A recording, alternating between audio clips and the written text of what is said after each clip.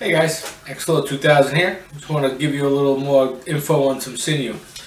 We're going to be sinew backing our bow. This is our red elm, 43-inch red elm bow. But before I actually do that, because sometimes I get so involved in the process that I don't explain everything. So while I was thinking about it, I wanted to take this opportunity to show you. This is the sinew. This is what we get after we process. Remember those hard shells that I was showing you? This is what we get after we process it.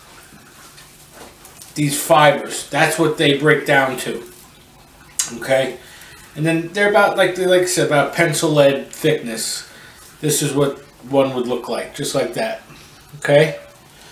So now our job is to take these fibers, okay? We're going to take these fibers and we're going to put them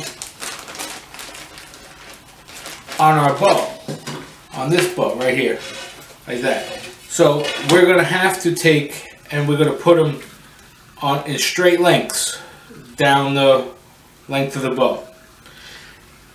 Now we have to straighten each one of these out. We want them to be completely straight.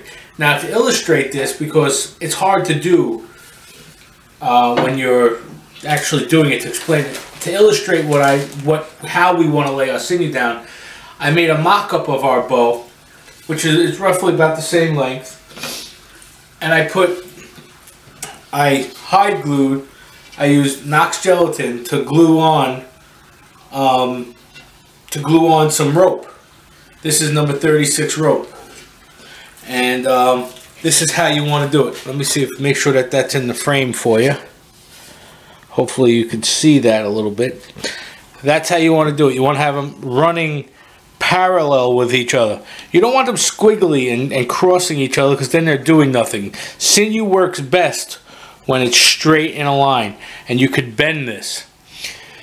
Now this is just an oak board that I had, and I cut it, made a mock-up of it. I'm actually going to try to tiller it, see if I can, how this nylon rope holds up. We're going to see what happens. But I also wanted to give you an example of the tips, of how we do our sinew tips. This is what a sinew tip is going to look like. This is probably right here. Can you see that right there? What I did was I just wrapped it around a couple of times, right underneath the knock where I cut those the grooves for the knocks. Right underneath that I did it, and above it. And the sinew that I laid in parallel with each other went up over the top and around the back. Now those two loops are holding that down. So this sinew really can't go anywhere. It's pretty much got to stretch when you pull the string of the bow. And this is just an illustration. This is not exactly how we do it. This is not exactly what it's going to look like, because of course we're going to have smaller pieces, and we're going to have them next to each other. So that's when you would put them.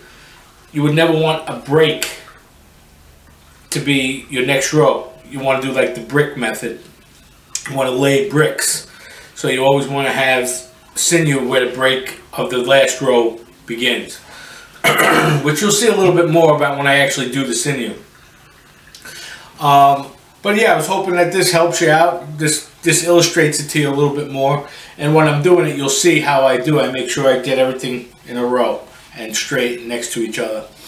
And yeah, I think I'm going to try to tiller this. We'll see what happens. This is ready to be tillered. This has been drying for about 3 or 4 days now. I think we could try to tiller it. What's the worst that could happen? We make a bow? Always having fun. So, till the next time you see me, we'll be doing the sinew process. So, see you soon. Thanks. God bless. Keep watching, commenting, and giving questions. And I'm sure I'll try to get it. I'll try to answer everybody's question. I know it's hard. I get a lot of PMs and stuff, but I get busy. So, I apologize if I haven't gotten back to you. I will be. So, again, God bless. Talk to you soon. Goodbye.